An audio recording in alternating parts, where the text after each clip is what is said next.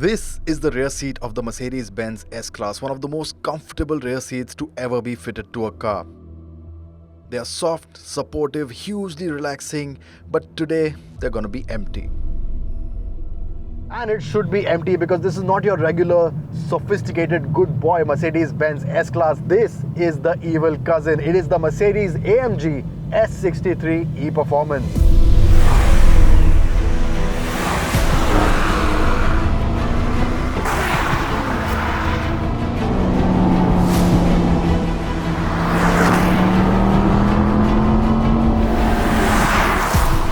It's quite literally the only S-Class in which you have to be in the driver's seat and not in the back seat.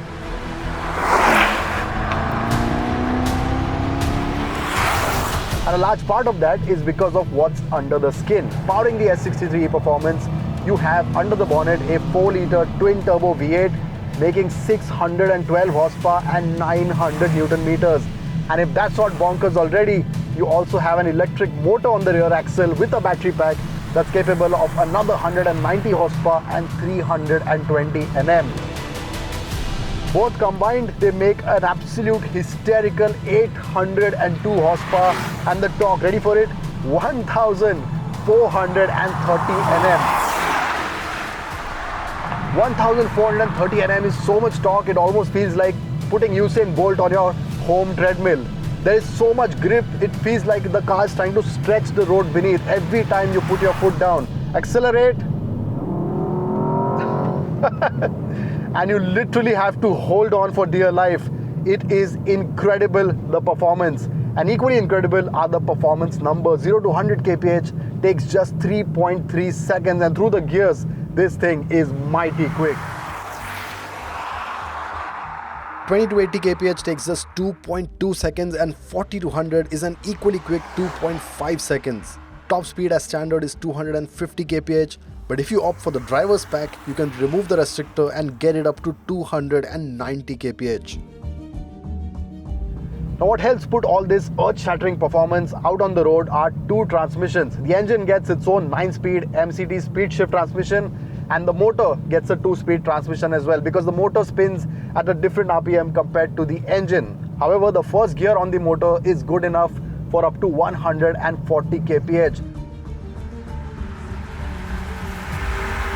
It's only after that it switches to the second gear for a smoother torque transition.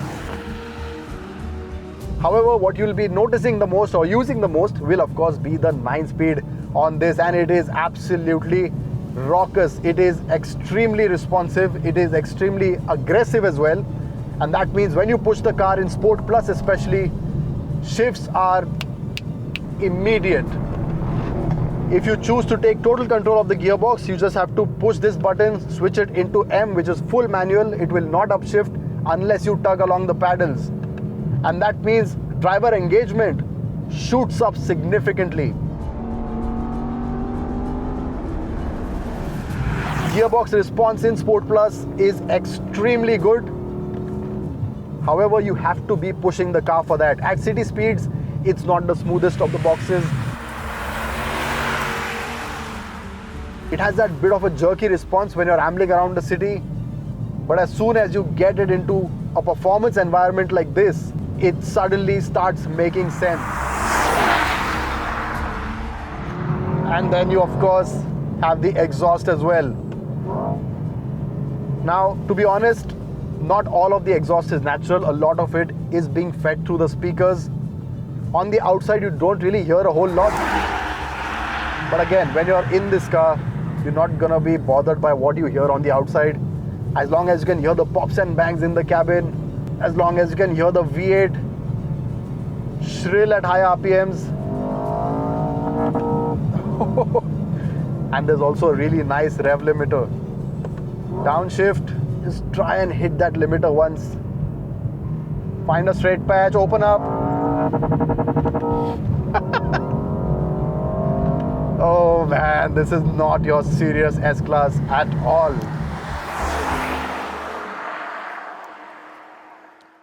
Now, of course, when you're in an S63, you want the best of performance. And for that, you have different drive modes as well. 7 drive modes to choose from between individual. You have slippery, comfort, Sport and Sport Plus obviously being the most aggressive ones. And then you also have two other modes, B for battery hold and EL for fully electric. Now what is B? B is basically on this knob, you go into B, and what that will do is help store the battery. It will not deplete your battery. Even if you are accelerating hard, it will use solely the engine power, and that means the car will store the battery for when you really need it. Now that can be in two scenarios. First is when you know you have a nice stretch opening up ahead. You don't want to waste your battery going through those small roads that lead up to that stretch. And second, of course, is when you'll be in city traffic. That is when you don't really want to use the V8. Probably 2 horsepower out of the 802 will be at use. So that is when you can switch to B, and that will hold the battery in reserve. And once you have enough battery, what you can do is put it into EL mode, and EL is fully electric. What it means is the engine is completely disconnected, the car is using only the motor, and it is a completely silent ride. EL mode is probably the only mode in which you can enjoy the S-Class from the back seat. Now while the battery hold function is exclusive to the S63, we've seen the EL mode on the GT63S that we drove last year. Now it's a similar setup on the S as well. However, where the GT makes slightly more horsepower, 834 horsepower, it also has a smaller battery pack at just 6.7 kilowatt-hour. The S has a larger 13 kilowatt-hour battery pack, and what that means is while the power is slightly less, 802 horsepower still, but slightly lesser than the GT63, it has better electric only range. Mercedes claims 33 kilometers on fully electric mode, but real world numbers can hover around 20 to 22 kilometers. That is still plenty for most, and that is definitely helpful when you have to save some of that precious high octane fuel. The 13 kilowatt-hour battery has 1200 individual cells with individual cooling to keep the thermals in check. So no matter how hard you drive it, the battery will always maintain the optimum temperatures. Now the S63 also gets 4 levels of recuperation. All you have to do is press on this toggle right here and you can adjust the regen. But if you think you can charge the entire battery using just the regen, which you could do on the GT63, on this one, since the battery is slightly larger, you have to plug this in. You get a socket at the back and a 3.7 kilowatt AC charger along with the car as well. And it is only then, when you plug this car in, is when the battery can get 100% charge. On recuperation alone, it will only do about 25% when you're driving in comfort mode. And if you're driving it in one of the more aggressive Sport or Sport Plus, the battery can be charged up to 50%. Nothing above that. You'll need a really steep downhill slope to get anywhere above 50% on just recuperation. So keep that in mind. Now that's a lot of tech and managing of power going under the skin, but at the end of the day, it still is an S-Class, and some might wonder, is it worth getting in the back seat?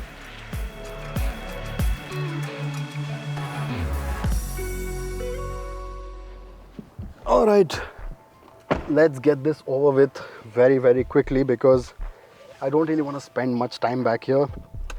Which is a weird thing to say because this is an S-Class after all. But will an owner of an S63 AMG sit in the back?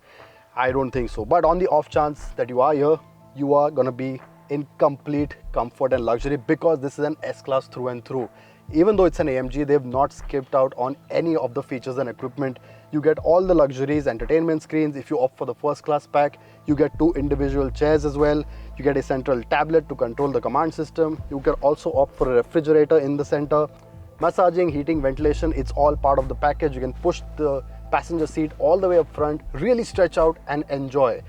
And more importantly, it still is the long wheelbase, which means the standard S-Class that you get, the limousine version, this is still that. You don't have to compromise on wheelbase, which means you don't have to compromise on space at all. However, there's so much carbon fiber in your vision. You have this racing steering wheel in front of you, you have the dials, and if nothing, you'll have the sound.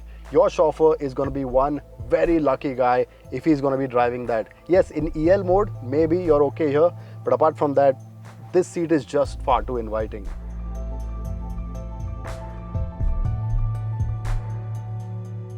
This is where the magic is on the S63. The driver's seat is truly a place to be, and when you're in here, you don't really feel like you're in an S-Class. Not a lot of wood, no bright upholstery. It is very racy and sporty. Red and black seems to be the theme. You got this big carbon fiber panel on the dashboard that is not just standard carbon fiber, but it has red stitching weaved into it. You have the upper half of the dash, again gets contrast stitching This lovely Napa leather upholstery for the seats, again with red and black upholstery. You have AMG logos in the headrest as well, and you have all your basic S-Class features, a center armrest and so on. The center screen, that is the big brain. This is the holy book. Every answer you're looking for is gonna be in here. From the AC to the chassis, you can control pretty much anything. Is it functional? Yes, it's responsive, very, very clear.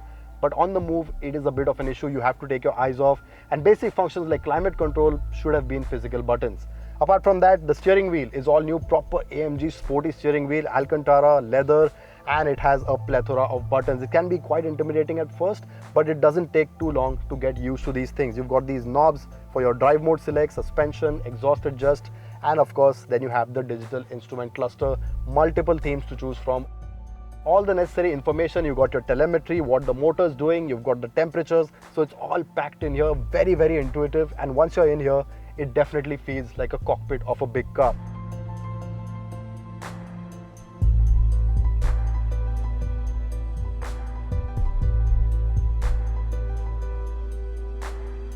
Now the screen has a lot of functions. You've got the energy flow, which shows where your energy is going. You've got the drive, vehicle, again suspension settings, and you've got all sorts of things, temperature of the motor, the battery, and of course you have this IWC stopwatch. It's really, really nice. You can actually press on the buttons of the watch and get it to start working. Speaking of watch, I think it's time to get back on the road.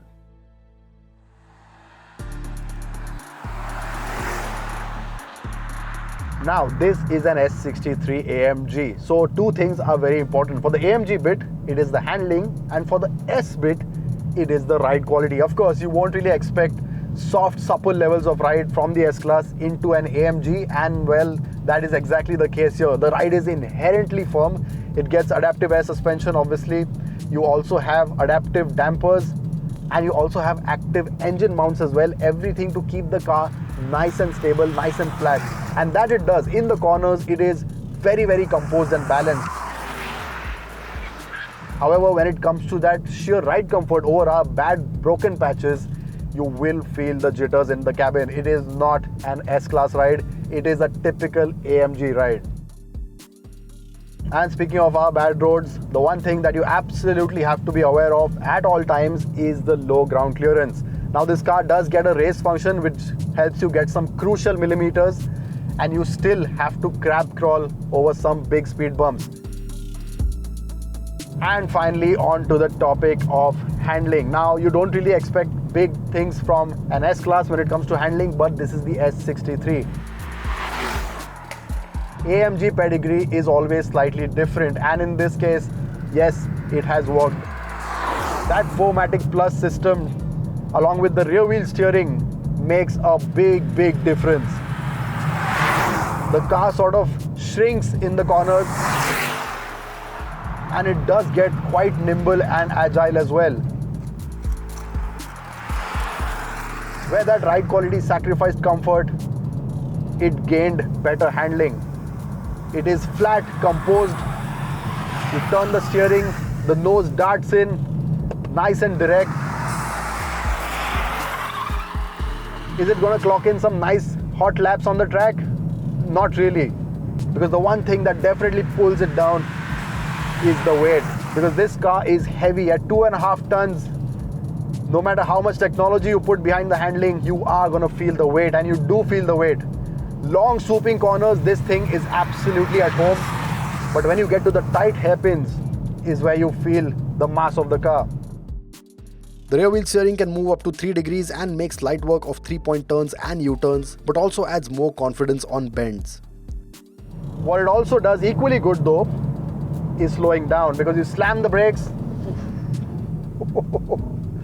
and because the Edition 1 gets carbon ceramics as standard, stopping power is incredible. Now the thing about carbon ceramics, since the Edition 1 is only one of 3, chances are you're going to have to get the optional carbon ceramics for the standard S63. And if you choose to do so, you will also have to opt for the bigger 21-inch wheels, because only with the 21-inch wheels you can get the carbon ceramic brakes, otherwise it's steel brakes for you. Truth be told, none of the owners would have a racetrack or even a drag strip in mind with this car. You buy this car because you appreciate the technology and frankly, because you can. It's not even flashy. In this very limited edition one guys, it's an S-Class at first glance, but a quick second look reveals the wide air intakes finished in carbon fiber, the massive slats on the grille, the big Mercedes logo, the AMG logo in place of the three-pointed star emblem, carbon ceramic brakes, 21-inch wheels, Pilot Sport 4s wrapped around, more carbon fiber on the door sills and diffuser and quad exhaust tips, and even the S63 badge with red highlights. Even the Alpine grey paint shade exclusive to the edition 1 is nice and subtle, so it definitely is not for showboating either. At 3.3 crores, honestly it is a lot of money.